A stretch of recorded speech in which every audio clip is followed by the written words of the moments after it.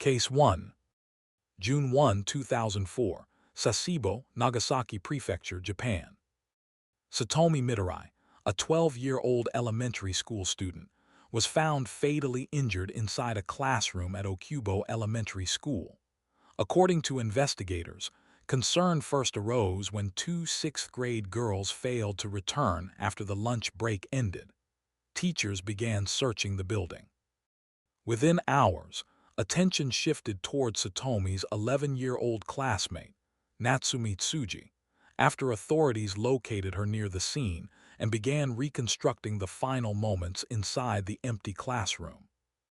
The discovery occurred shortly after teachers noticed the absence of both girls from scheduled afternoon activities. Staff members began checking restrooms and hallways before entering an unused classroom. Inside, Satomi Mitarai was found severely injured and unresponsive. Emergency services were contacted immediately, and paramedics transported her to a nearby hospital, where she was later pronounced dead. A box cutter was recovered at the scene. The classroom showed no signs of forced entry or struggle beyond the immediate area. Within a short period, school officials identified Natsumi Tsuji as the last known person seen with the victim. Police officers arrived quickly, secured the premises, and questioned students and faculty. Based on initial findings and witness accounts, Natsumi was detained on site under juvenile procedures. Authorities began documenting evidence while ensuring the safety of remaining students inside the school building. Satomi Mitarai and Natsumi Tsuji were classmates in the same elementary school, both in the 6th grade. Investigators later determined that tensions had developed between the two girls in the weeks leading up to the incident. Reports indicated disagreements related to online interactions on an internet message board used by students. Comments allegedly posted by the victim had caused distress to the suspect. Classmates described a friendship that had gradually deteriorated following arguments and misunderstandings. Teachers had not formally documented any major disciplinary issues between them, though peers confirmed that communication had become strained. Authorities examined the social dynamics within the classroom, noting how minor disputes escalated in digital spaces. The situation reflected growing concerns at the time regarding children's online communication and its emotional impact. Investigators focused on whether these disputes contributed directly to the events inside the classroom that afternoon. Following the detention of Natsumi Tsuji, investigators began reviewing digital communications from home computers associated with both students. Authorities analyzed internet forum posts, chat records, and timestamps to establish a timeline of exchanges. Statements from classmates and teachers were collected to confirm prior disagreements. Forensic teams examined the box cutter and classroom evidence, documenting positioning and physical details. Interviews were conducted in accordance with Japan's juvenile justice procedures, with guardians and legal representatives present. Police reconstructed the sequence of events leading up to the lunch break meeting. Digital records reportedly supported claims of online conflict between the two girls. Investigators evaluated whether the act had been planned or impulsive, reviewing behavioral indicators from school staff. As evidence accumulated, juvenile detention measures were formally initiated, and the case was transferred to family court authorities under Japanese law governing minors accused of serious offenses. During questioning under juvenile protocols, Natsumi Tsuji reportedly acknowledged responsibility for the act. Due to her age, legal proceedings were handled within Japan's family court system rather than adult criminal court. Authorities classified the case under serious juvenile offense statutes, which allowed for protective detention and evaluation. The court ordered placement in a juvenile reformatory facility following psychological assessment and review of investigative findings. Proceedings were conducted privately, consistent with Japanese law that protects the identities of minors involved in criminal cases. Officials determined that rehabilitation within the juvenile correctional framework was appropriate. Public disclosure of detailed records was limited. The decision emphasized structured supervision, education, and counseling within the reformatory system. Formal sentencing terminology used in adult courts did not apply, as the focus remained on correction and long-term behavioral reform under juvenile justice regulations. The case prompted national discussion in Japan regarding juvenile crime and online influences among children. Media coverage remained restricted due to laws protecting the identity of the minor offender. Authorities sealed most court documents, limiting public access to procedural details. Debate emerged over whether existing juvenile justice policies adequately addressed serious offenses committed by young suspects. Lawmakers and commentators examined the balance between rehabilitation and accountability within the family court system. Educational institutions reviewed policies related to internet safety and student conflict resolution.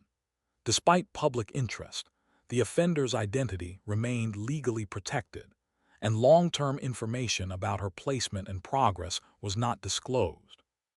The incident continued to be referenced in discussions about youth crime, digital communication risks, and confidentiality standards in Japan's juvenile justice framework, where strict secrecy surrounding minors remains firmly embedded in law. Case 2. August 28, 2013, Aurora, Colorado. Yunmi Hoi, 47, was found fatally attacked inside her residence in a suburban neighborhood. According to investigators, the first signs of trouble emerged when a domestic disturbance escalated late in the evening. Emergency calls were placed reporting violence inside the home. Within minutes, law enforcement officers identified her 18-year-old daughter, Isabella Guzman, as the primary suspect and began immediate efforts to locate her. The incident unfolded inside the family home during the late-night hours. Authorities later determined that the attack occurred in a bathroom following a confrontation between mother and daughter. A 911 call was placed reporting the disturbance, prompting rapid police response. Upon arrival, officers discovered Yunmi Hoi with extensive injuries. Emergency medical personnel pronounced her deceased at the scene. Witness statements indicated that Isabella Guzman had fled the residence shortly after the assault. Law enforcement secured the property and initiated a perimeter search. Within a short time, officers located Guzman walking nearby in the neighborhood. She was detained without reported resistance and taken into custody that same evening. Detectives began processing the scene, collecting physical evidence and interviewing neighbors. The arrest was formally recorded, and Isabella Guzman was transported to a local detention facility pending further investigation. Investigators examined the family's background and identified a history of tension within the household. Reports indicated prior behavioral concerns involving Isabella Guzman, including documented episodes of conflict with family members. School and medical records referenced mental health challenges and earlier evaluations. Authorities learned that disagreements between mother and daughter had intensified in the months preceding the incident. Family members described communication breakdowns and strained relationships. Court filings later referenced prior threats and erratic behavior attributed to the suspect. Officials also reviewed documentation concerning psychological symptoms reported before the attack. The family dynamic was described as unstable, with escalating disputes that had drawn concern from relatives. Investigators considered whether untreated or worsening mental health issues played a role in the events of August 28. These contextual elements became central in understanding the circumstances surrounding the fatal confrontation inside the home. Forensic teams conducted a comprehensive review of the crime scene, documenting injuries and collecting biological evidence. Medical examiners detailed the extent of the wounds during autopsy proceedings. Detectives compiled witness accounts, prior incident reports, and communications between family members. As the investigation progressed, Isabella Guzman underwent psychiatric evaluation ordered by the court. Mental health professionals assessed her competency and reviewed historical records documenting delusional beliefs. Reports indicated that she exhibited symptoms consistent with severe psychiatric disturbance. Evaluators examined statements she made following arrest, as well as documented behavioral episodes prior to the crime.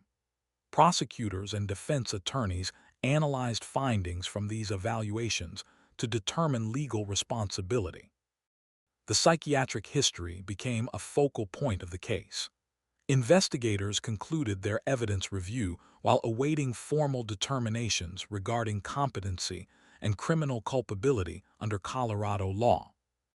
Following her arrest, Isabella Guzman appeared in court for preliminary hearings addressing competency. Defense attorneys filed motions requesting psychiatric assessment to evaluate her ability to stand trial. Court-appointed experts conducted examinations and submitted findings regarding her mental state at the time of the offense. Legal proceedings centered on whether she understood the nature of the charges and could assist in her defense. Based on psychiatric reports, the defense formally entered a plea of not guilty by reason of insanity. Prosecutors reviewed the findings and prepared for hearings to determine criminal responsibility. Judges considered expert testimony detail in delusional thinking and impaired perception of reality. Competency hearings extended over several sessions, during which mental health professionals presented conclusions. Ultimately, the case moved forward under the framework governing insanity defenses in Colorado criminal courts. In 2014, the court found Isabella Guzman not guilty by reason of insanity. Instead of receiving a traditional prison sentence, she was ordered committed to the Colorado Mental Health Institute for treatment and supervision. Under state law, individuals acquitted due to insanity remain confined until deemed no longer a threat to themselves or others. Periodic evaluations were mandated to assess her mental condition and risk level.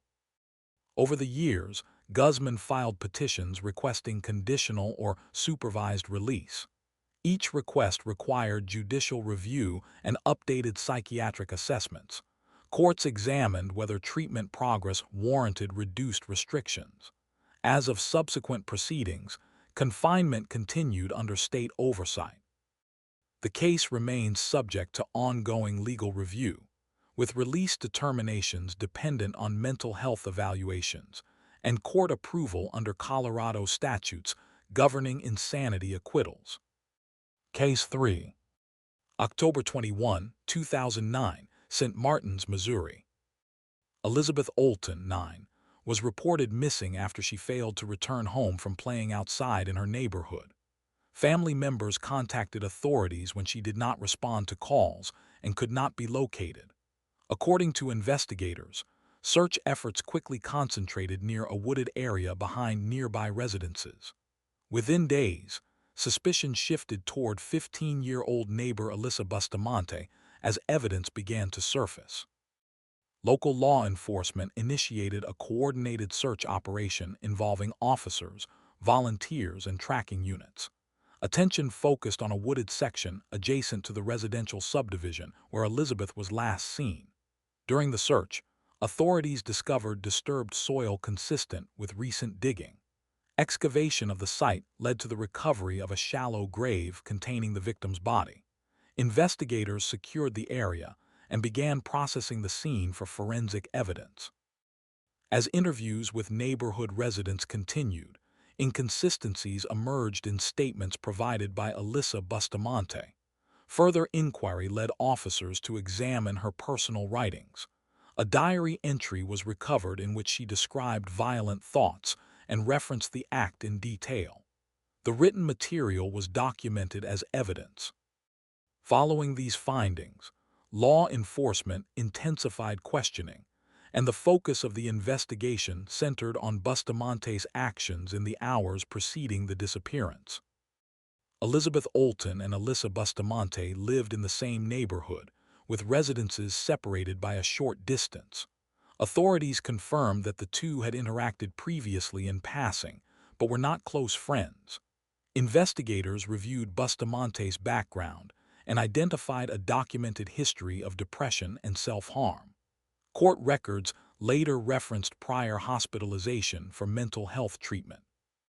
Family members described ongoing behavioral concerns in the years leading up to the incident. Officials examined whether psychological instability contributed to the events. School records and medical documentation were evaluated to establish context regarding her mental state. The neighborhood setting allowed proximity and opportunity, factors investigators considered significant. While no long-standing dispute between the two children was documented, authorities determined that the relationship was defined primarily by geographic closeness. These contextual findings informed subsequent legal proceedings and mental health evaluations. Following the discovery of the grave, Alyssa Bustamante was taken into custody for questioning. During interrogation, investigators confronted her with physical evidence and the recovered diary entry. She ultimately provided a written confession detailing her actions. Law enforcement corroborated her statements with forensic findings at the burial site. Soil analysis, location markers, and recovered items supported the timeline she described. Investigators documented the sequence of events from initial contact with the victim to the burial in the wooded area. Evidence was cataloged and submitted for laboratory analysis. Prosecutors reviewed the confession alongside physical evidence to assess charging decisions. The case file included photographs of the scene, forensic reports, and the diary entry as primary documentation. Authorities concluded that the burial site and surrounding evidence were consistent with the suspect's admission, strengthening the prosecution's case. Prosecutors elected to charge Alyssa Bustamante as an adult under Missouri law due to the severity of the offense. Formal charges included first-degree murder and armed criminal action. Defense counsel entered into negotiations with the prosecution as trial proceedings advanced. In 2012, Bustamante accepted a plea agreement, pleading guilty to second-degree murder and armed criminal action. The plea avoided a full jury trial and the possibility of a harsher sentence. Court hearings included statements from attorneys outlining the facts of the case and the agreed disposition. The judge reviewed the plea to ensure it was entered voluntarily and with understanding of consequences. Following acceptance of the agreement, the case proceeded to sentencing under adult criminal statutes, concluding the primary phase of prosecution. At sentencing, Alyssa Bustamante received life imprisonment with the possibility of parole, along with an additional consecutive term for armed criminal action. Under Missouri law, parole eligibility would occur after serving the mandatory minimum period. In subsequent years, appeals were filed citing evolving legal standards regarding juvenile sentencing. Defense arguments referenced United States Supreme Court rulings addressing life sentences for offenders under 18. Courts reviewed these claims but ultimately denied relief, maintaining the original sentence structure. Judicial opinions concluded that the plea agreement and sentencing complied with constitutional requirements at the time imposed. Bustamante remains incarcerated within the Missouri Department of Corrections. Periodic reviews of parole eligibility are governed by state regulations, and appellate challenges related to juvenile reform measures have not resulted in sentence modification. Case 4. May 25, 1968, Newcastle upon Tyne, England. Martin Brown, 4, was found deceased inside a derelict house in the Scotswood area. According to investigators, initial concern arose when local children entered the abandoned property and discovered the body. Police were notified, and the scene was secured. At first, authorities considered the possibility of an accident. Within weeks, however, suspicion shifted toward 10-year-old Mary Bell as further evidence, and a second incident altered the direction of the inquiry. 2 months after Martin Brown's death, 4-year-old Brian Howe was found deceased on wasteland near railway lines. His body showed signs inconsistent with accidental death, prompting immediate escalation of the investigation.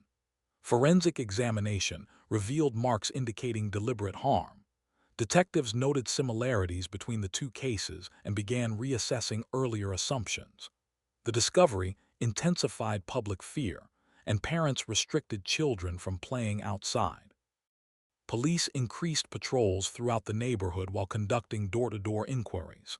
During examination of the second scene, investigators identified attempts to tamper with the body, which suggested intentional staging.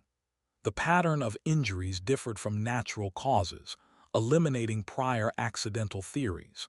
Media coverage expanded rapidly, contributing to widespread concern. As forensic inconsistencies between the first and second deaths became apparent, authorities consolidated the cases and narrowed their focus to individuals frequently present near both locations. Mary Bell's background became central to the inquiry as investigators examined her upbringing. Reports later detailed a childhood marked by instability and neglect. She had experienced a troubled home environment, with documented concerns involving parental care. School records reflected behavioral difficulties, including aggression toward peers and attention-seeking conduct. Teachers had previously noted disruptive tendencies and emotional volatility. Authorities reviewed these records while assessing whether her behavior aligned with emerging evidence. Social services documentation indicated prior intervention due to concerns about supervision and welfare. Witness statements placed Mary near both crime scenes in the days preceding the deaths. Investigators considered whether her early exposure to instability influenced her conduct. The broader context of her childhood was evaluated alongside forensic findings to determine potential responsibility. These factors formed a significant component of the prosecution's case as proceedings advanced. Police conducted structured interviews with neighborhood children and adults, gradually identifying inconsistencies in Mary Bell's statements. During questioning, she made remarks that raised suspicion, including references to details not publicly disclosed. Investigators documented these statements carefully. Over time, Mary provided admissions that were interpreted as confessions regarding involvement in the deaths. Authorities arranged psychological assessments to evaluate her mental state and comprehension. Specialists examined her cognitive development and emotional maturity. Reports submitted to the court addressed her capacity to understand the nature of her actions. Detectives reconstructed timelines using witness accounts and scene analysis. The combination of admissions, behavior, oral indicators, and forensic alignment strengthened the case. Prosecutors prepared charges based on accumulated evidence, while defense counsel focused on psychological findings. The investigation concluded with sufficient ground to proceed formally through the English criminal justice system. Mary Bell was formally charged in connection with the deaths and brought before the court in late 1968. Due to her age, proceedings attracted significant public attention. After trial, the jury returned verdicts of manslaughter on the grounds of diminished responsibility rather than murder. The ruling reflected psychiatric testimony regarding her mental and emotional development. The court determined that while she had caused the deaths, her psychological condition reduced full criminal culpability. Sentencing followed the legal framework applicable to juvenile offenders in England at the time. The judge ordered that she be detained at Her Majesty's pleasure, meaning her release would depend on assessments by authorities rather than a fixed term. The verdict concluded the primary criminal phase while placing her under state supervision for an indefinite period. Mary Bell remained in secure custody for several years under the detained at Her Majesty's pleasure order. In 1980, after serving 12 years, she was released from detention. Upon release, she was granted a new identity to facilitate reintegration and protect her safety. In subsequent decades, courts extended anonymity protections to prevent publication of her whereabouts and new name. Legal measures were strengthened to safeguard her identity and later that of her daughter. British courts enforced strict reporting restrictions, emphasizing rehabilitation and protection from vigilante action. The case influenced discussions about juvenile justice and media responsibility in the United Kingdom. Mary Bell's anonymity remains protected by court order, and violations of that protection are subject to legal consequences under English law. Case 5. July 26, 2014, Sasebo, Japan. Iwaki Matsuo, 15, was reported missing after visiting the apartment of a female classmate earlier that day. According to investigators, concern began when she failed to return home by evening and did not respond to calls from family members. Police were notified, and officers initiated inquiries. Within hours, suspicion focused on a 15-year-old classmate, publicly identified only as Girl A, after inconsistencies emerged during questioning. Officers traced Iwaki Matsuo's last known location to the apartment building where Girl A resided alone. Police entered the unit after obtaining access and discovered a crime scene inside the residence. Evidence indicated that the incident had occurred shortly after the victim's arrival. During initial questioning, Girl A reportedly admitted involvement in the killing without prolonged interrogation. Authorities secured the apartment and documented physical evidence, including items recovered from within the room. The suspect was immediately taken into custody under Japan's juvenile procedures. Law enforcement restricted public access to the scene while forensic teams conducted examinations. The confession, delivered soon after police contact, significantly shaped the early stages of the investigation. Officials began compiling detailed reports while ensuring the confidentiality protections required in cases involving minors under Japanese law. Iwaki Matsuo and Girl A attended the same high school in Sasebo and were known to interact socially. Investigators determined that their relationship was based on school friendship rather than long-standing personal history. Classmates later described Girl A as academically capable but socially reserved. Reports surfaced indicating prior behavioral concerns, including unusual interests and expressions of violent thoughts. Authorities reviewed school records and prior communications for warning signs. Mental health considerations became part of the case discussion as information emerged regarding psychological instability. Family background inquiries revealed that Girl A had experienced personal difficulties in earlier years. Investigators evaluated whether these factors contributed to the incident. The contextual review focused on her behavioral history, interpersonal dynamics, and documented concerns raised by teachers and peers before July 26, 2014. Forensic specialists examined the apartment thoroughly, collecting biological samples and documenting the layout of the scene. Medical examiners conducted autopsy procedures to determine the precise cause of death. Investigators reviewed digital communications between the victim and suspect to establish a timeline. Items recovered from the residence were cataloged and analyzed for evidentiary value. Authorities ordered a comprehensive psychiatric examination of Girl A to assess her mental state at the time of the offense. Specialists evaluated cognitive functioning, emotional stability, and potential underlying disorders.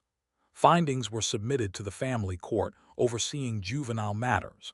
Police reconstructed the sequence of events based on confession statements and physical evidence.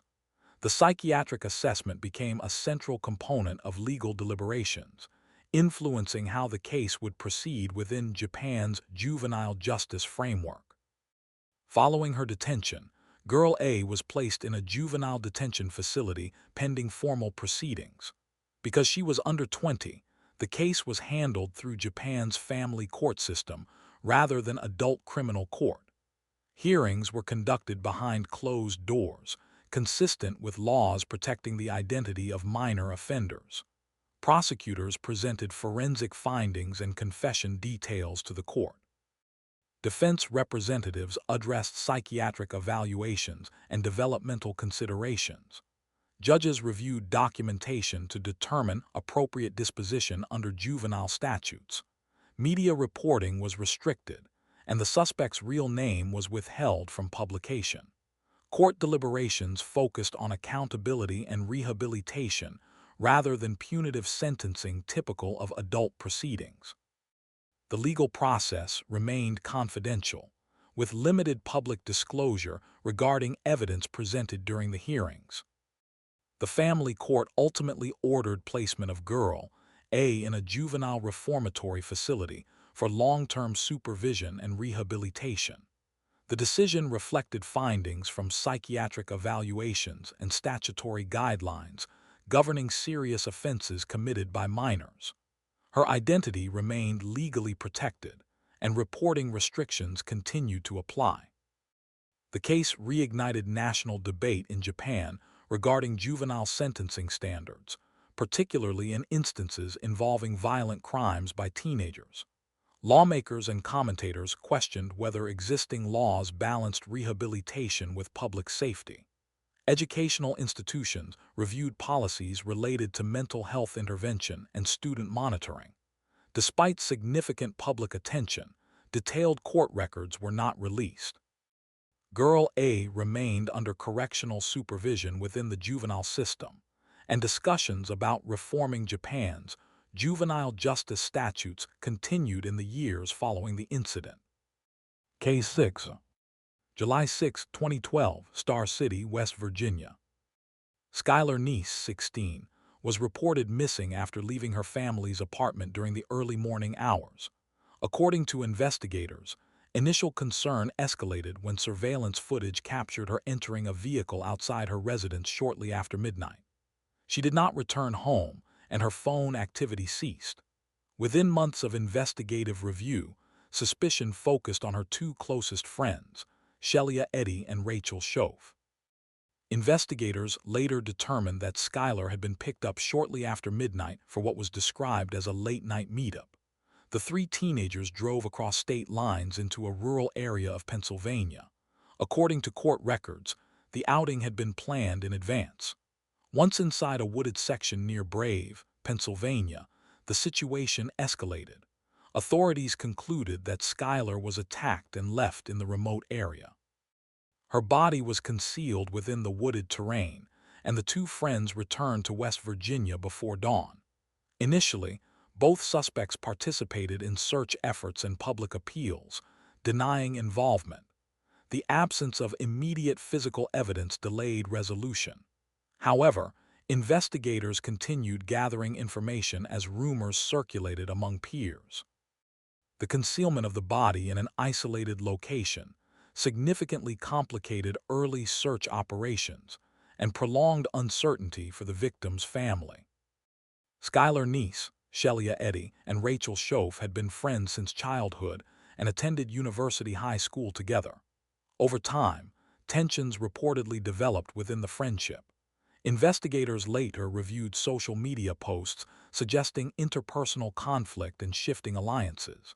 Digital messages indicated periods of exclusion and strained communication. Friends described arguments and fluctuating closeness among the trio. Authorities examined whether jealousy, resentment, or social pressures contributed to deteriorating dynamics. Schoolmates reported subtle changes in behavior during the months before July 2012. Investigators focused on the evolving relationship between the three girls, analyzing online interactions for evidence of motive. Social networking platforms became central to understanding the context of the crime. These interpersonal tensions, combined with documented digital exchanges, formed a significant element of the broader case narrative presented during legal proceedings. The investigation relied heavily on digital evidence, including phone records and online communications. Authorities reconstructed timelines through cell tower data and text message analysis. Suspicion intensified when inconsistencies emerged. In statements provided by Shelia Eddy and Rachel Schoaf. In January 2013, Rachel Schoaf approached authorities and confessed to her role in the killing. She provided details regarding the location of Skylar's remains in Pennsylvania. Based on her information, investigators recovered the body in a wooded area near the state border. Forensic examination confirmed identity and cause of death. Shoaf's confession significantly advanced the case, enabling prosecutors to formalize charges. Evidence from digital devices corroborated portions of her statement. The recovery of remains marked a critical breakthrough, transitioning the case from a missing person investigation to a confirmed homicide prosecution. Following the confession and recovery of remains, both Rachel Shoaf and Shelia Eddy were charged with murder under West Virginia law. Shoaf entered into a plea agreement, pleading guilty to second-degree murder in exchange for cooperation.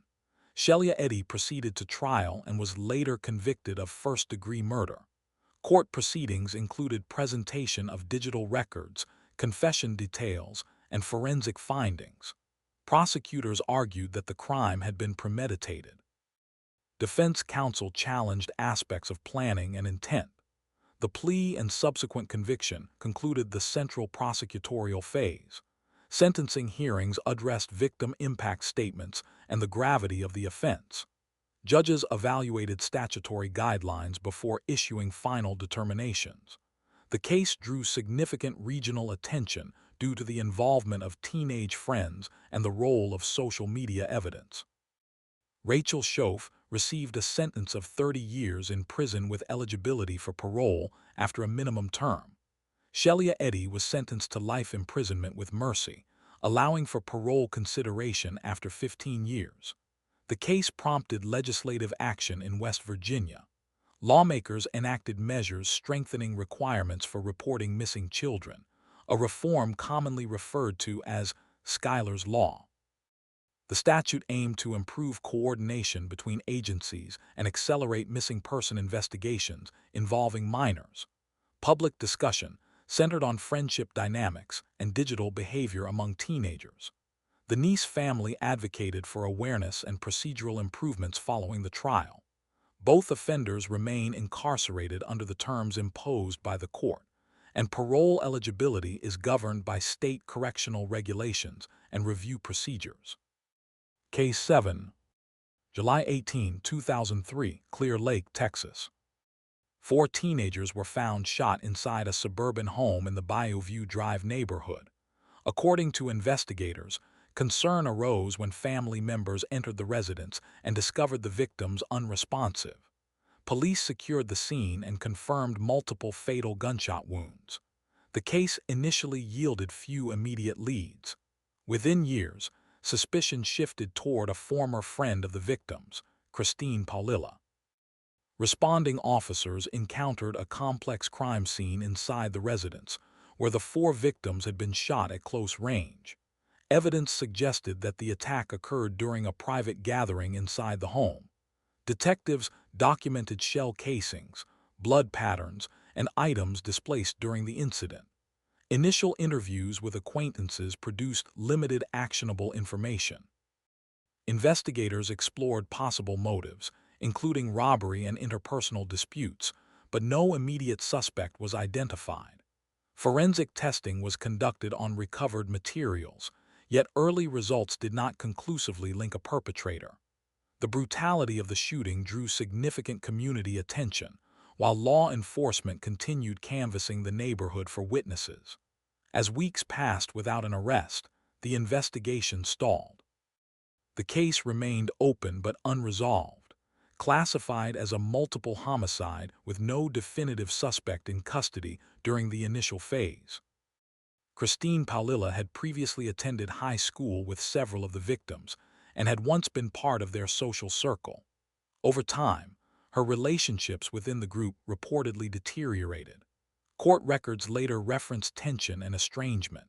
Investigators learned that Paulillo had become closely involved with a boyfriend, whose influence was described as destabilizing. Authorities examined whether romantic involvement contributed to conflicts with former friends. Witnesses described shifting alliances and social divisions during their school years.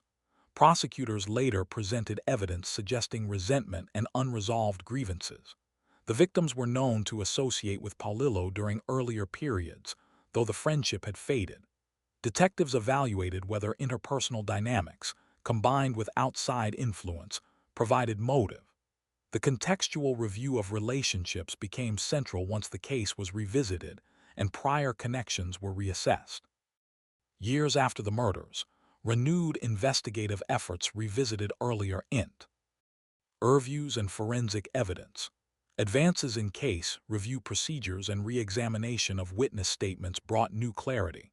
Detectives identified inconsistencies in prior accounts involving Christine Paulilla. Additional witnesses provided information placing her in proximity to the victims near the time of the crime. Authorities conducted further interviews, confronting her with emerging evidence. During questioning, Paulillo ultimately provided a confession detailing her involvement. Investigators corroborated aspects of her statement with existing forensic findings and scene documentation. The confession addressed motive and sequence of events inside the residence. Law enforcement formally reopened the case as charges were prepared. The renewed inquiry transformed the long-standing unsolved investigation into a prosecutable matter based on combined testimonial and physical evidence. Christine Paulilla was arrested and charged with capital murder in connection with the deaths of the 4 teenagers. Prosecutors outlined evidence including her confession and corroborating forensic details. The case proceeded through pretrial motions before reaching court. During trial, the prosecution presented testimony establishing motive, opportunity, and participation. Defense counsel challenged the credibility of certain statements and circumstances surrounding the confession. After deliberation, the jury returned a verdict of guilty on capital murder charges. The conviction reflected findings that the killings were intentional and involved multiple victims. Sentencing followed under Texas law governing capital offenses. The court imposed a life sentence, concluding the primary criminal proceedings against Paulillo for the Clear Lake murders. Christine Paulilla received life imprisonment with the possibility of parole after the statutory minimum term. Her accomplice, identified as her boyfriend at the time of the murders, was later implicated in related proceedings, but died by suicide before facing full trial. Court records documented the sequence of investigative breakthroughs that led to conviction years after the crime. The case remains referenced as a notable example of a cold investigation, revived through persistent review and witness cooperation. The victims' families participated in sentencing hearings, providing statements regarding the impact of the crime. Paulillo remains incarcerated within the Texas Department of Criminal Justice, and parole eligibility is governed by state law and review procedures. Case 8. January 29, 1979, San Diego, California. 2 adults were killed outside Grover Cleveland Elementary School as students arrived for the school day. According to investigators, the first signs of danger emerged when gunfire erupted from a residence directly across the street. Children and staff scrambled for cover. Within hours, police identified 16-year-old Brenda Ann Spencer as the suspected shooter inside the nearby home. Shortly after 8:00 a.m., shots were fired from a window of a house facing the elementary school entrance. Students waiting to enter campus were caught in the open. The principal and a custodian were fatally struck while attempting to assist children. Additional students and a responding police officer were wounded. School officials immediately ordered a lockdown, securing classrooms and preventing further exposure. Law enforcement surrounded the residence from which the shots originated. Officers established a perimeter as emergency services transported the injured. A prolonged standoff followed, with negotiators attempting contact inside the home. Spencer remained barricaded for several hours. Authorities evacuated nearby residents and maintained containment until she eventually surrendered. The rifle used in the attack was recovered from inside the residence, and the scene was secured for forensic processing. Investigators examined Spencer's background and identified a troubled home environment. Reports indicated instability within the household and limited supervision. School records reflected behavioral concerns and prior expressions of hostility. Witnesses later reported that she had made statements referencing violence before the shooting. Authorities confirmed that the semi-automatic rifle used in the attack had been given to her as a gift weeks earlier. Documentation showed no formal training or secure storage practices associated with the weapon. Friends and classmates described her as withdrawn and exhibiting signs of emotional disturbance. Law enforcement reviewed any prior police contacts and mental health observations. The combination of access to a firearm and documented warning signs became central to understanding the context. These background elements were evaluated alongside evidence collected from the scene. Following her surrender, Brenda Ann Spencer was taken into custody and transported for questioning. During interrogation, she admitted to firing the rifle from her home toward the school. Her statements were recorded and later entered into evidence. Investigators documented the weapon's purchase history and ballistic analysis linking it to recovered shell casings. Psychiatric evaluations were ordered to assess her mental state. Mental health professionals conducted examinations and submitted findings to the court.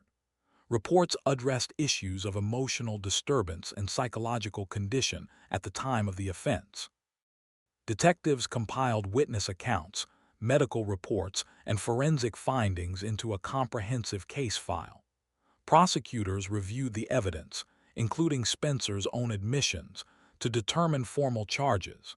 The investigation concluded with sufficient documentation to proceed through the adult criminal court system.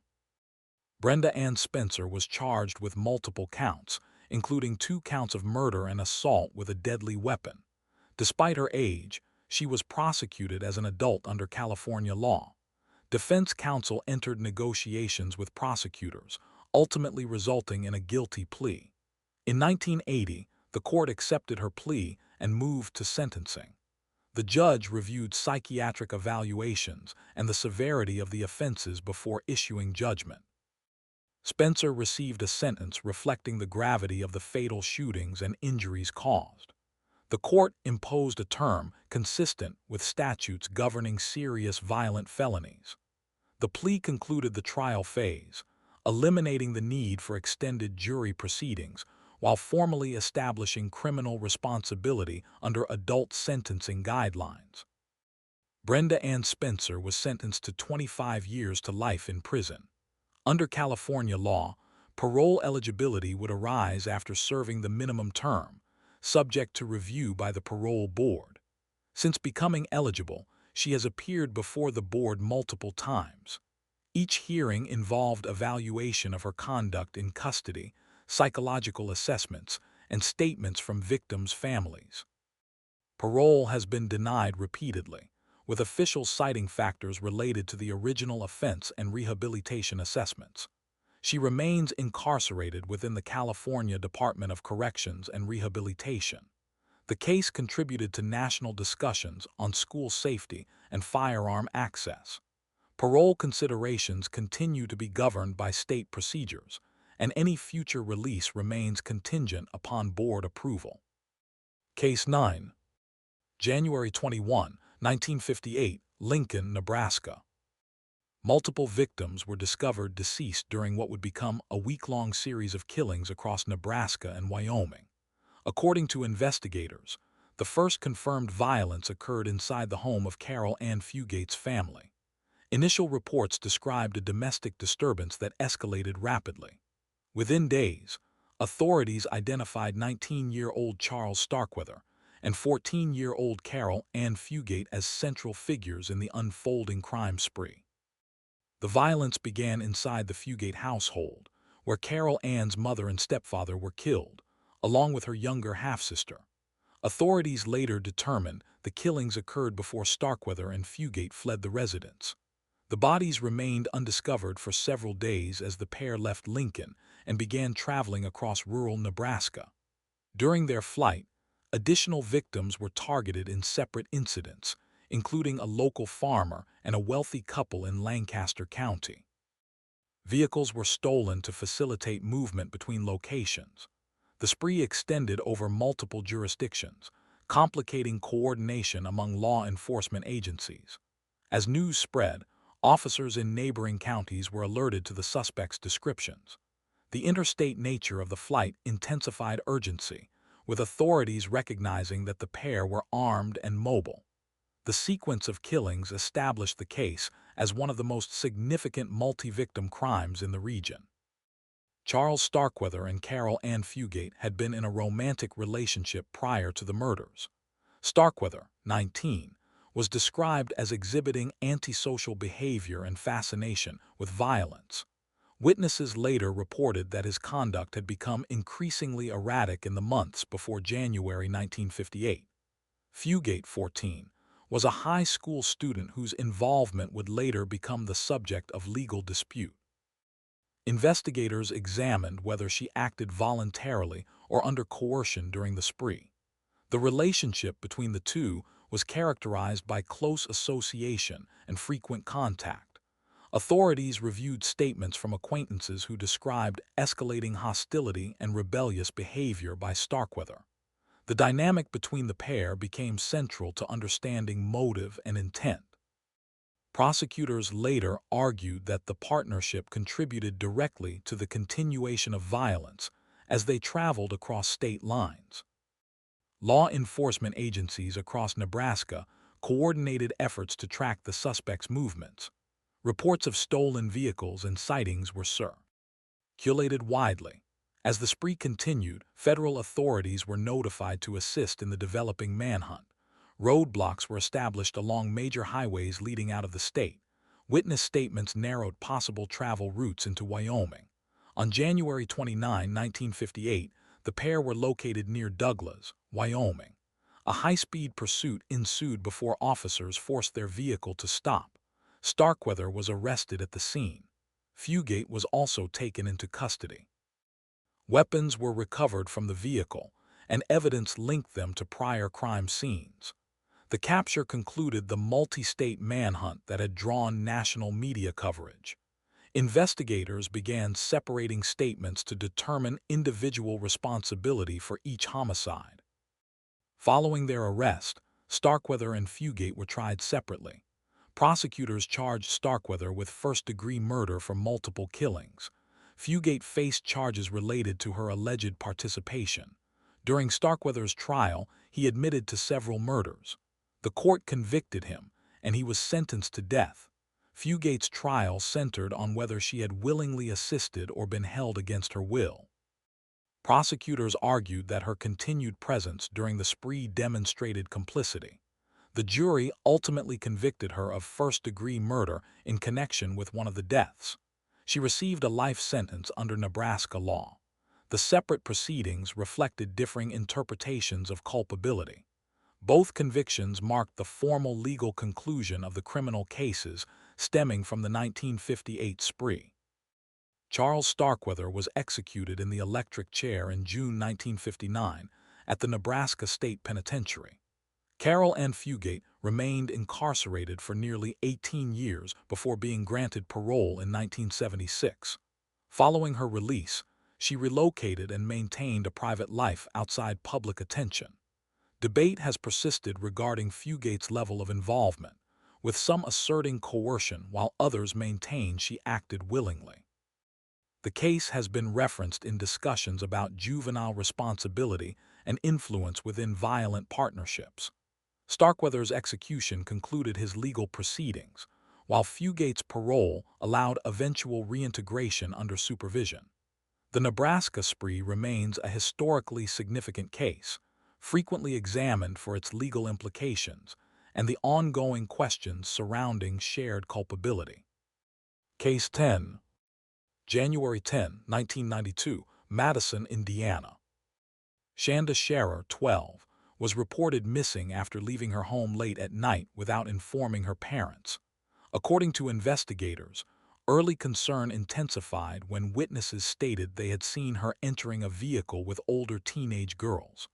Her family notified authorities when she did not return. Within days, suspicion focused on Melinda Loveless and 3 accomplices as evidence began to surface. Investigators later determined that Shanda had been lured from her home under false pretenses. She entered a vehicle occupied by Melinda Loveless and 3 other teenage girls. Authorities concluded that she was transported across county lines during the early morning hours.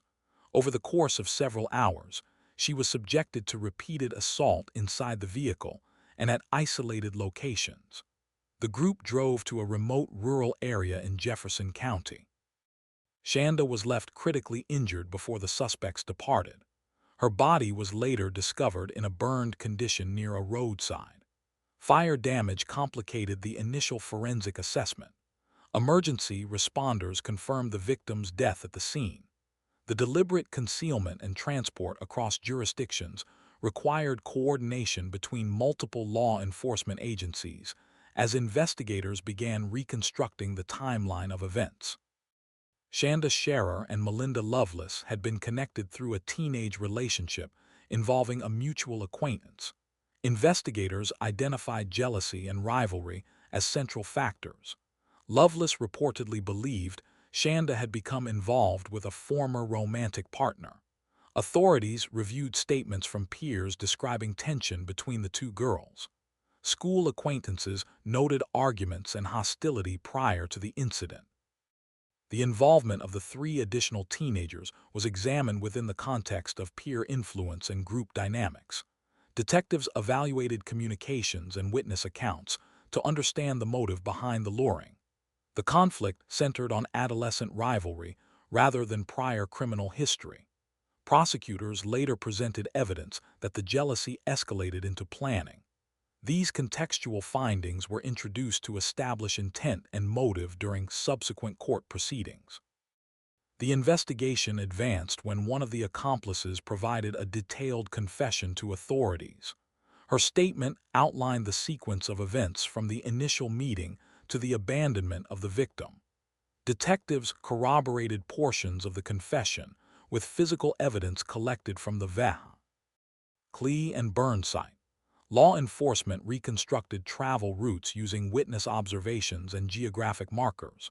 Forensic examination confirmed injuries consistent with the account provided. Investigators conducted separate interviews with each suspect to compare statements and identify inconsistencies. Evidence gathered from the vehicle, including trace materials, supported the reconstruction. The confession became the foundation for formal charges. Authorities compiled medical reports, forensic documentation, and recorded interviews into a comprehensive case file. The collaborative effort between county agencies ensured that all participants were identified and processed under Indiana criminal statutes. All 4 suspects were arrested and charged as adults despite being juveniles at the time of the offense. Prosecutors cited the severity and premeditated nature of the crime as justification for adult prosecution. Formal charges included murder, criminal confinement, and related offenses. Pretrial proceedings addressed admissibility of confessions and evidence. Defense counsel entered plea negotiations in certain cases, while others prepared for trial. Courts reviewed statutory provisions allowing transfer of juveniles to adult jurisdiction. Judges determined that the seriousness of the charges warranted adult court handling. The decision ensured exposure to extended sentences under Indiana law. Each defendant faced separate proceedings, reflecting individual levels of involvement. The charging phase concluded with all 4 formally arraigned in adult criminal court. Sentencing resulted in substantial prison terms for each defendant. Melinda Loveless received a lengthy sentence reflecting primary responsibility. The other 3 accomplices were also sentenced to extended incarceration under plea agreements or convictions. Over the following decades, parole eligibility and sentence reviews resulted in eventual releases for several of the offenders. The case generated nationwide attention and prompted discussion regarding juvenile sentencing policies. Legislators and legal scholars debated the appropriateness of adult prosecution for teenage offenders in severe crimes. Victim advocacy groups cited the case during reform conversations. While the defendants have since completed portions of their sentences or been released under supervision, the case remains referenced in discussions about juvenile justice, group violence, and the balance between rehabilitation and punishment. Case 1. June 12, 2016, Orlando, Florida. A 29-year-old security guard opened fire inside Pulse nightclub during the early morning hours, sending patrons scrambling for cover as calls flooded emergency lines. Within days, investigators centered their attention on the shooter's documented instability and extremist claims, tracing the lead-up to the deadliest attack of its time and the chaos that unfolded in minutes. Police responded to an active shooter at 2:02 a.m., arriving to a scene where dozens were wounded, trapped, or hiding inside restrooms and storage areas. Initial gunfire was followed by a prolonged standoff as officers negotiated, evacuated survivors, and attempted to contain the situation. Evidence quickly indicated inconsistencies in the perpetrator's shifting statements during calls made inside the club, while tactical units assessed structural hazards that complicated immediate entry.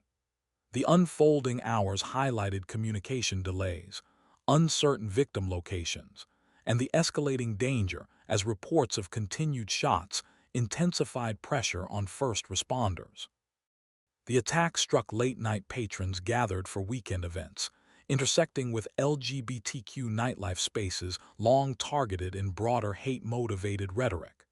Many visitors were local residents, while others were out-of-town attendees celebrating Latin night at the venue. Meanwhile, the shooter traveled from another city, reinforcing questions about premeditation and motive.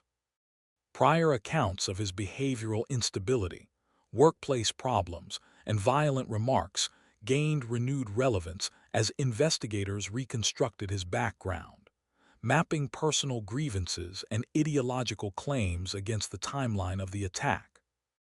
Law enforcement identified prior FBI investigations that had closed without charges, then verified his recent firearms purchases made legally weeks before the attack. Review of phone communications during the standoff revealed shifting ideological declarations and attempts to justify the violence. Detectives analyzed surveillance footage, 911 transcripts, and electronic data to determine whether outside coordination existed. Parallel inquiries reviewed his social media activity, workplace history, and family interviews for indicators missed in earlier assessments. SWAT teams breached the structure at approximately 5:15 a.m. after explosive entry was deemed the only viable option to reach remaining victims. The armed confrontation that followed resulted in the shooter's death, confirming his sole involvement and ending the hours-long crisis. Officers then began extracting survivors, marking and clearing rooms, and stabilizing the wounded while confirming that no additional suspects were present. Recovery operations continued through daylight as investigators processed the extensive crime scene. Federal scrutiny turned toward FBI vetting procedures, firearm purchase regulations, and lapses identified in earlier assessments of the shooter's behavior. Noor Salman, his wife, was prosecuted on accusations of prior knowledge but ultimately acquitted, a verdict that reignited debate over evidence standards and prosecutorial discretion. Victims' names, vigils, and memorial sites soon became central to national conversations on targeted mass violence, hate-motivated attacks, and systemic gaps exposed by the tragedy. Case 2. June 17, 2015, Charleston, South Carolina.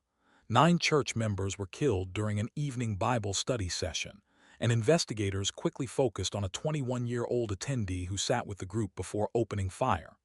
As survivors provided initial descriptions and the suspect fled the scene, authorities moved rapidly to identify him, setting off a nationwide alert tied to one of the deadliest racially motivated attacks in recent U.S. history. A 911 call reported active gunfire inside Emmanuel AME Church, triggering an immediate response from local police and federal agencies as chaos unfolded within the historic sanctuary. Officers arriving on site found victims across multiple rooms, while bullet casings, survivor accounts, and emergency evacuation patterns pointed to deliberate targeting rather than random violence. Surveillance footage captured the suspect entering and leaving the building, accelerating the release of public images and fueling a multi-state manhunt. As investigators secured the perimeter and collected early forensic leads, federal partners joined the effort under the presumption of a hate-motivated mass killing. Victims included clergy members, community leaders, and longtime worshipers participating in routine midweek religious study, reflecting the church's cultural and historical role within Charleston's Black community.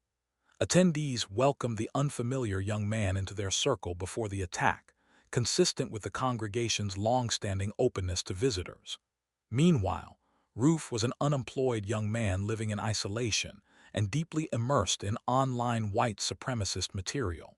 His Gittle behavior, coupled with prior statements recalled by acquaintances, illustrated an escalating fixation on racial violence that contrasted starkly with the peaceful gathering he targeted. Digital evidence recovered from Roof's personal devices included a manifesto outlining racist ideology, images of Confederate iconography, and references to extremist forums. Investigators traced the firearm used in the attack to a recent purchase made possible by incomplete background check information, an administrative lapse later termed the Charleston loophole. Background checks, social media reviews, and interviews with family and associates reinforced the conclusion that the attack was premeditated and ideologically motivated. The detailed contents of his writings and online activity became central to both federal and state cases. Roof was apprehended during a traffic stop in North Carolina less than 24 hours after the shooting, following a tip that matched the vehicle description distributed nationwide. During questioning, he provided statements acknowledging his ideological motives and expressing no remorse, confirming investigators' early suspicions. His capture ended the manhunt, but initiated a complex legal process that further elevated the case into national focus. Authorities transported him back to Charleston under tight security as prosecutors prepared coordinated charges. Roof was federally convicted and sentenced to death on hate crime, obstruction, and firearm counts, while parallel state proceedings resulted in life sentences. The case intensified national debate over Confederate symbols, hate crime enforcement, and procedural failures within firearm background check systems.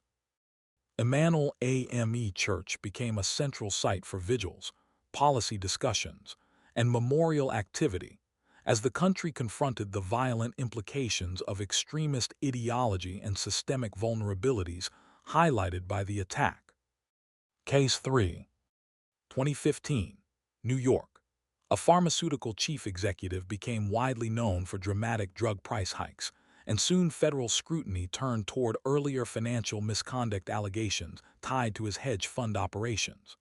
Public controversy surrounding his corporate decisions brought renewed attention to long-standing concerns raised by investors, analysts, and former colleagues, shifting the focus from drug pricing alone to a broader history of disputed financial practices.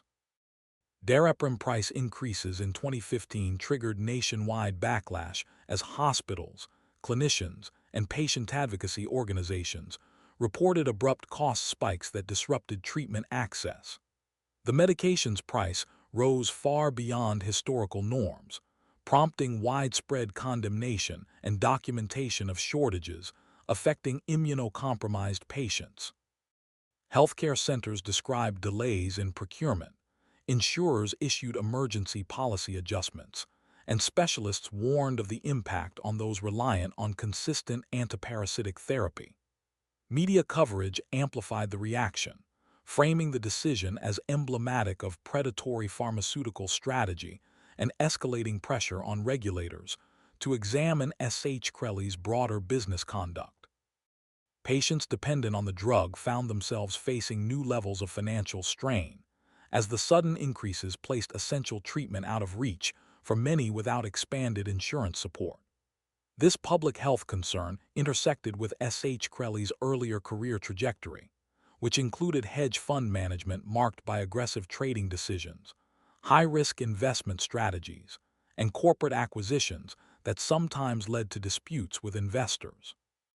His transition into pharmaceutical leadership reflected a broader pattern of leveraging financial mechanisms to expand control over small to mid-sized firms, creating a business profile defined by rapid moves, controversy, and volatile stakeholder relations.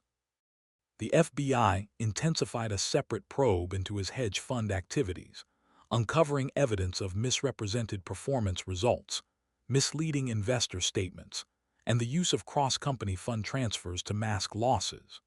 Investigators identified a pattern in which certain investors were kept unaware of poorly performing assets, while funds from unrelated corporate entities were redirected to satisfy earlier obligations. This sequence of actions predated S.H. Crelly's pharmaceutical notoriety, indicating that federal interest stemmed not from the price hike controversy itself, but from deeper structural concerns about fraudulent financial reporting and deceptive investment practices.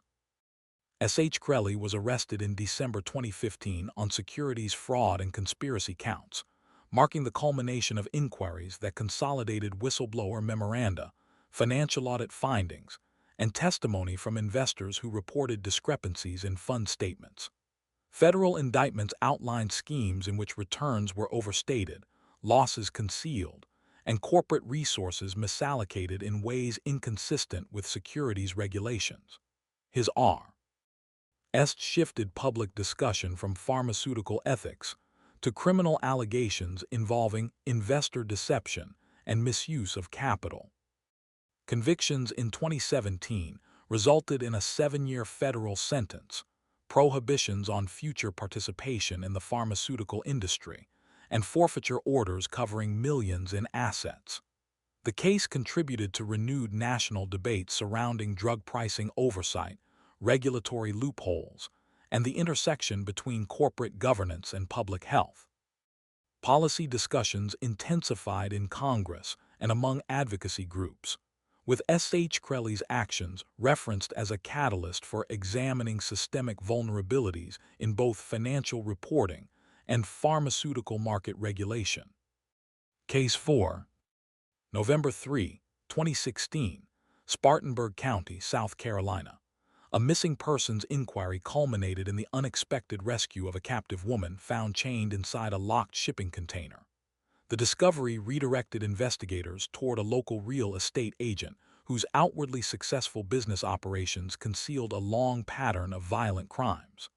As deputies expanded the search, early findings suggested that the unfolding case involved far more than a single disappearance.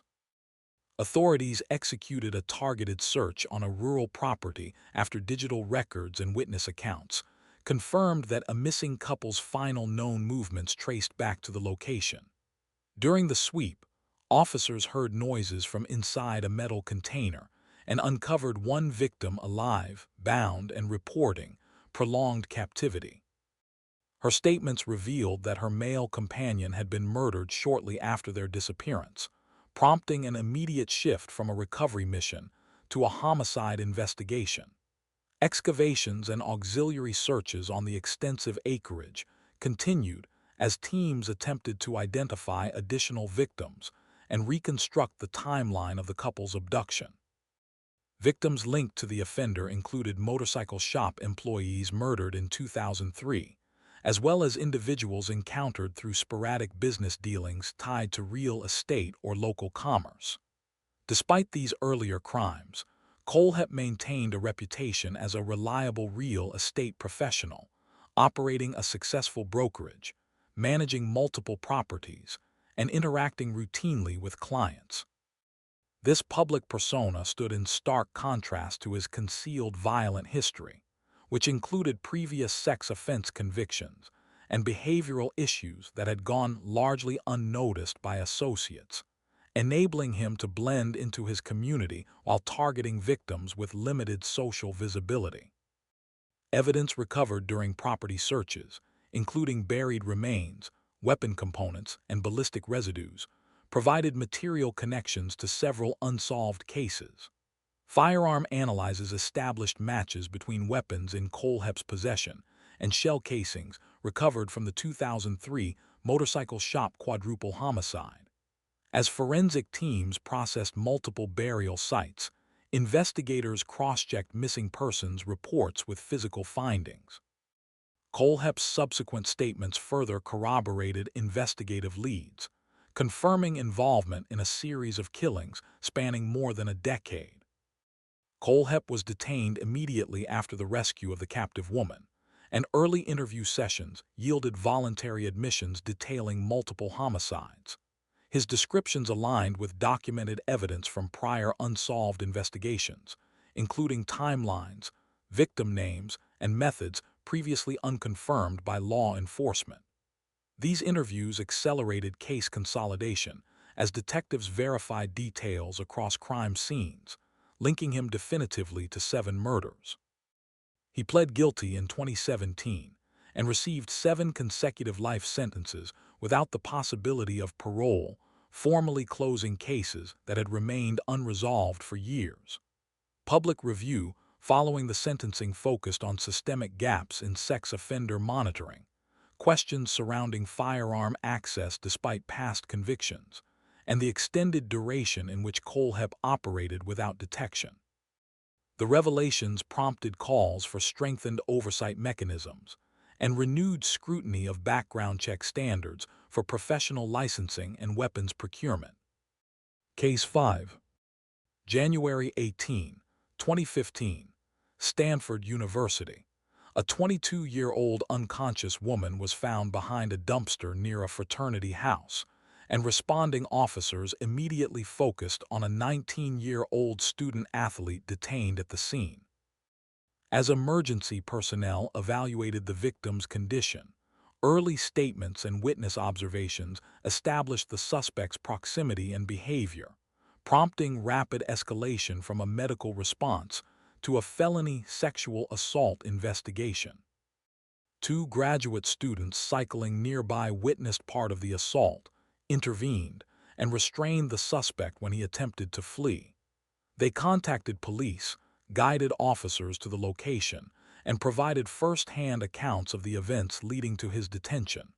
Medical examination at the hospital confirmed multiple indicators consistent with sexual assault, including trauma and impaired consciousness.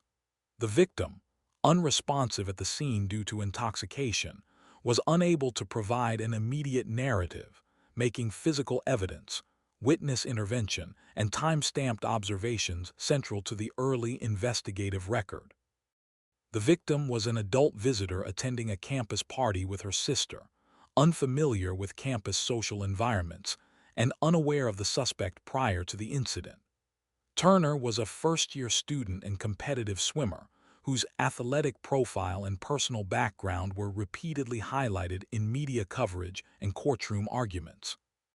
Defense and prosecution narratives contrasted sharply, with the victim's vulnerability emphasized against Turner's academic and athletic standing, shaping public perception of the case long before trial proceedings concluded.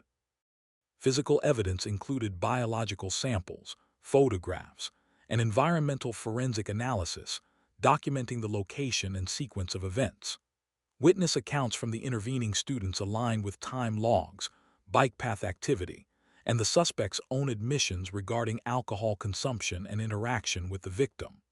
Blood alcohol concentration levels for both parties established significant impairment, reducing ambiguity regarding consent and physical capacity.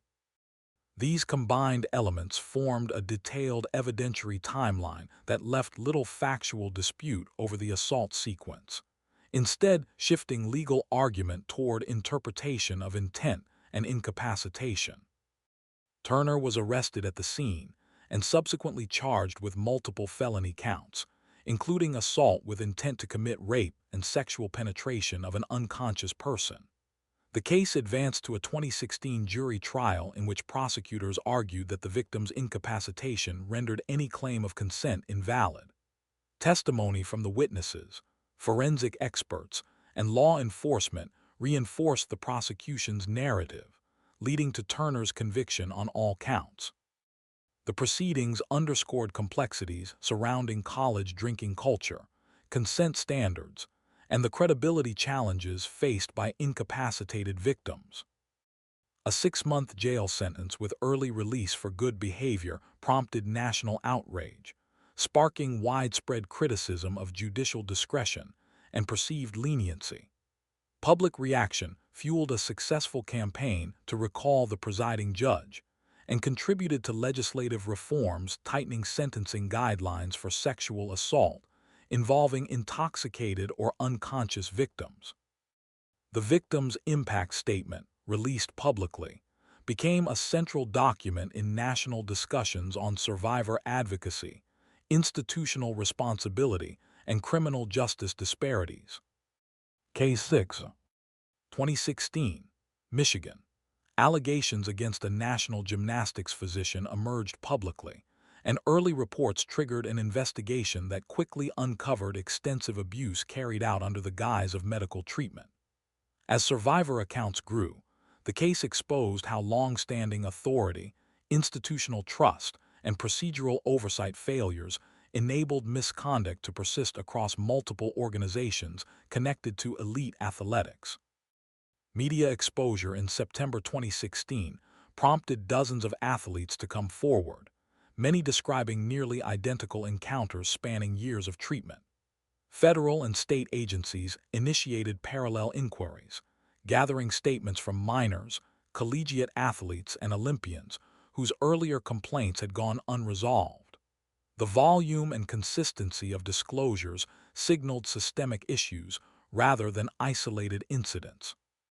Investigators broadened their scope to include training centers, university clinics, and competition venues, compiling a detailed pattern of conduct that contradicted claims of legitimate medical procedure. Victims included children, adolescents, and world-class gymnasts who received treatment during university appointments, national team camps, and international events. Many were accompanied by coaches or parents who relied heavily on Nassar's professional status and long-standing reputation. Institutional settings ranged from Michigan State University athletics facilities to USA Gymnastics training centers, allowing him access to athletes across multiple tiers of competition. These environments reinforced a perception of safety and authority that shielded abusive behavior and made detection significantly more difficult for those unfamiliar with proper medical boundaries. The investigation incorporated survivor testimony, expert medical reviews, and assessments of procedural compliance within affiliated institutions. Digital evidence, including illicit material recovered from Nassar's devices, further corroborated allegations and expanded the scope of criminal charges. FBI findings highlighted delays in earlier reporting pathways and gaps in institutional responses, revealing missed opportunities for intervention. Revi. WS of complaint histories documented instances where concerns had been raised but not escalated, contributing to national scrutiny of internal reporting systems. Nassar pled guilty to federal charges involving illicit materials, receiving initial sentencing before facing additional state-level prosecutions. Subsequent hearings produced convictions on counts of criminal sexual conduct tied directly to athlete testimonies. Judges issued lengthy consecutive sentences that effectively ensured lifetime incarceration. The combined proceedings drew widespread public attention and prompted reevaluation of how medical authority can be exploited within competitive sports settings. USA Gymnastics, Michigan State University, and the U.S. Olympic Committee faced extensive civil litigation, resulting in major settlements, organizational resignations, and bankruptcy proceedings. Public review concentrated on structural failures surrounding athlete protection, mandatory reporting obligations, and oversight mechanisms within youth and elite athletic programs. Legislative reforms followed, strengthening safeguarding policies, increasing institutional accountability, and expanding legal requirements for reporting suspected abuse across national athletic organizations. Case 7, 1985-2007, Los Angeles. A series of women were found murdered across South Central, their cases initially treated as isolated incidents before later review linked them to a single long-operating offender. The extended timeline, spanning more than 2 decades, allowed the perpetrator to evade detection as investigators pieced together patterns that had gone unrecognized during earlier waves of violence. Early homicide patterns began emerging in the mid-1980s, marked by victims found in alleys, abandoned lots, or secluded residential areas. The frequency of incidents slowed in the late 1980s and 1990s, leading to the appearance of a prolonged gap that complicated investigative continuity. When similar cases resurfaced in the early 2000s, law enforcement reassessed prior files and reactivated task force operations. Renewed analytical reviews highlighted consistencies in victim type, location profiles, and ballistic evidence, reinforcing the likelihood that a single offender had resumed activity after years of apparent inactivity. Victims were predominantly marginalized women from underserved communities in South Central Los Angeles, many facing socioeconomic instability, limited access to support services, or transient living conditions. The vulnerability of these populations contributed to slower case traction and reduced public awareness. Franklin lived within the same neighborhoods, maintaining a familiar local presence while working in municipal sanitation and later performing on repair jobs. His everyday interactions and stable work history enabled him to blend seamlessly into the environment where the murders occurred, minimizing suspicion among both residents and investigators. A major investigative shift occurred in 2010 when familial DNA testing matched crime scene material to a relative of Franklin's son. This breakthrough allowed detectives to pursue covert sample collection from Franklin himself. Surveillance teams obtained discarded items containing genetic material, which laboratory tests confirmed as direct matches to evidence recovered from multiple homicide scenes dating back decades.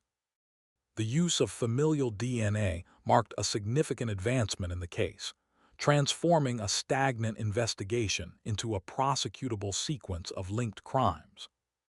Franklin was arrested in 2010 and charged with 10 murders and 1 attempted murder, with oversight teams searching his residence for corroborating evidence. Investigators recovered photographs, personal items belonging to unidentified women, and objects consistent with victim timelines. Physical evidence strengthened connections established through DNA analysis, providing a comprehensive basis for prosecution.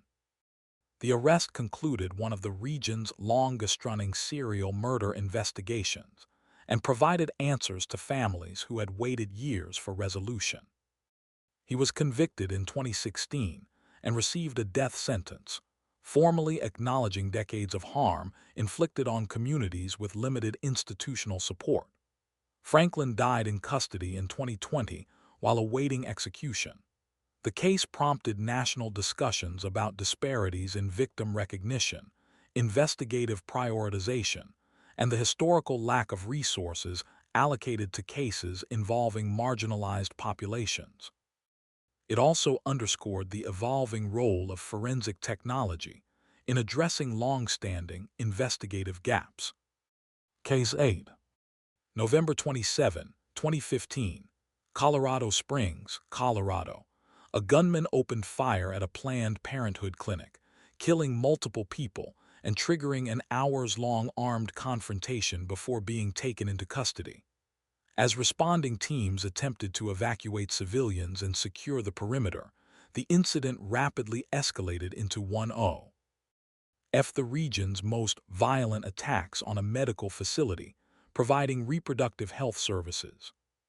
Shots were fired both inside and outside the clinic during regular business hours, striking civilians, employees, and law enforcement officers attempting to reach wounded victims.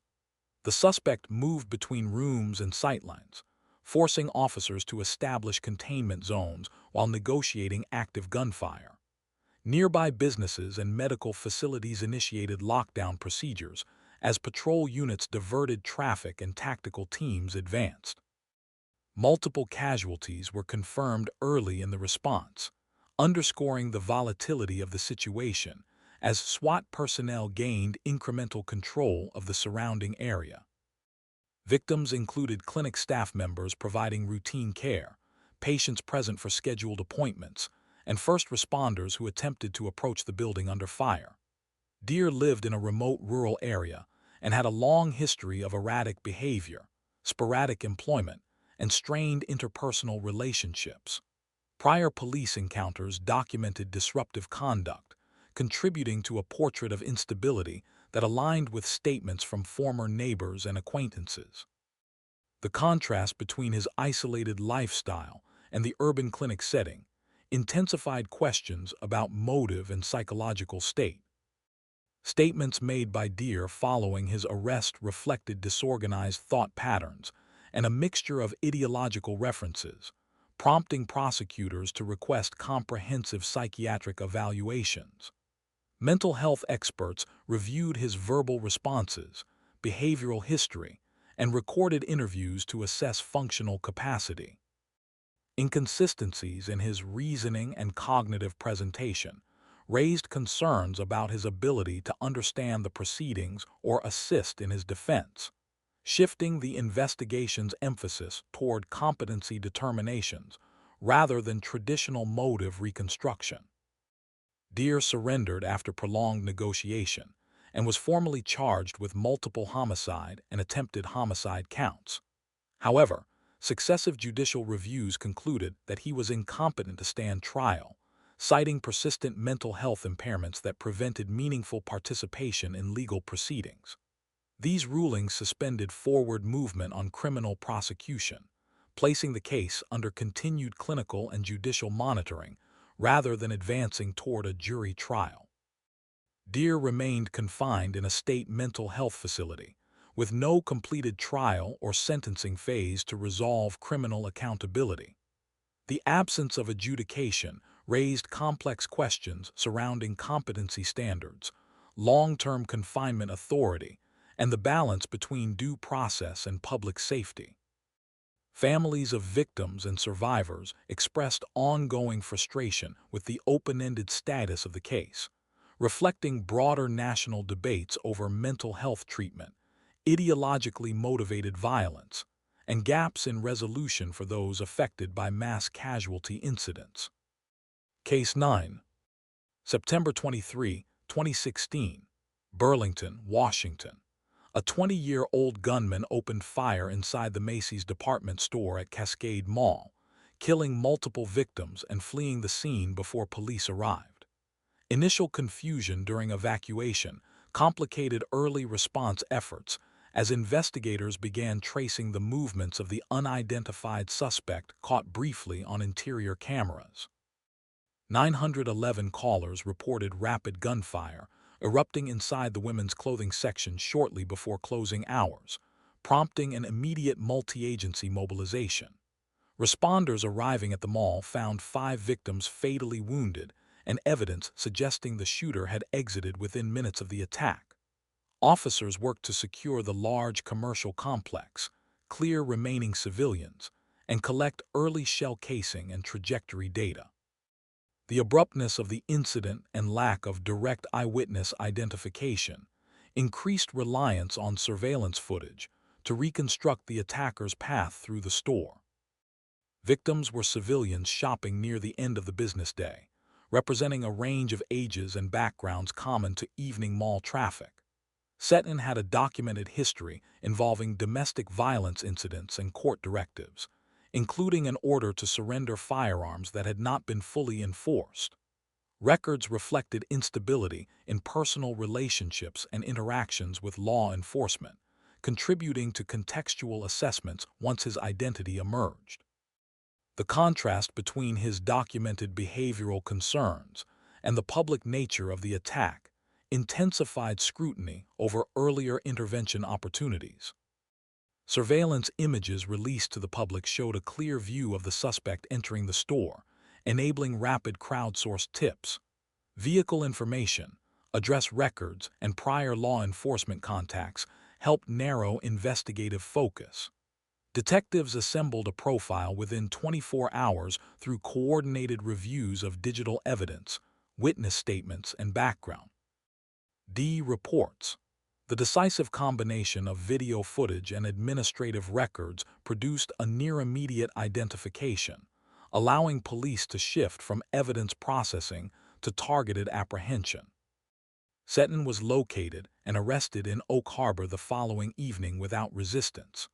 Officers transported him to county custody, where he was charged with 5 counts of first-degree murder. Interviews and searches pursued potential ideological or interpersonal motives, but early indications suggested no broader network or accomplice involvement. The arrest brought rapid closure to the manhunt phase, though many investigative questions remained unresolved. He died by suicide in jail months later, terminating the legal process before trial, testimony, or formal sentencing could occur. The absence of courtroom proceedings left no definitive motive on record and limited public insight into the attack's underlying causes. His death prompted procedural reviews of inmate monitoring and highlighted broader issues surrounding firearm enforcement failures, behavioral red flags, and challenges in preventing impulsive public venue attacks. Case 10. February 20, 2016, Kalamazoo, Michigan. 6 people were killed across multiple locations during a night of random shootings, and investigators soon identified a 45-year-old Uber driver as the sole suspect. The attacks unfolded over several hours, creating widespread fear as authorities attempted to track a moving gunman whose identity was initially unknown. Gunfire first erupted at an apartment complex, where initial victims were shot in a residential parking area. Hours later, additional shootings occurred at a car dealership and a restaurant parking lot, each location producing more casualties with no apparent connection among the victims. During this period, Dalton continued transporting Uber passengers, completing ride requests in between attacks and leaving riders unaware of the unfolding violence. The extended timeline and shifting locations complicated early response efforts, prompting police to issue urgent public warnings as they attempted to contain the threat. Victims were unrelated civilians conducting routine activities in public spaces, including families, bystanders, and individuals visiting local businesses. Dalton had no prior violent criminal record and worked in insurance before supplementing his income with rideshare driving. Background information revealed little that aligned with typical markers of targeted violence, making the randomness of the attacks especially alarming. His outwardly unremarkable profile contrasted starkly with the severity and unpredictability of the shooting sequence. Investigators relied on witness accounts, surveillance footage, and ballistic comparisons to reconstruct the timeline across all 3 scenes. Shell casing analyses linked the shootings to a single firearm, while interviews with Uber passengers helped establish Dalton's location during key intervals. The absence of ideological statements, target patterns, or personal links led authorities to rule out political or extremist motives. Reconstruction efforts highlighted the rapid but disjointed progression of attacks, underscoring the challenges posed by mobile offenders. Police apprehended Dalton without resistance after locating his vehicle and conducting a controlled stop. During questioning, he made statements referencing psychological disturbances and beliefs that the Uber app was influencing his behavior, though evaluators found no coherent ideological framework. His remarks complicated assessments of mental state, but did not negate the extensive evidence establishing his culpability. The arrest ended a night of widespread alarm and enabled investigators to begin preparing a consolidated case. Dalton pled guilty in 2019 to all counts of murder and attempted murder, receiving a sentence of life imprisonment without the possibility of parole. His decision to forego trial left many motive questions unresolved, adding to public debate surrounding the unpredictability of mass violence in individuals without prior criminal histories. The case reinforced concerns about detection challenges, gaps in behavioral warning signs, and the complexities of assessing risk among otherwise routine community members.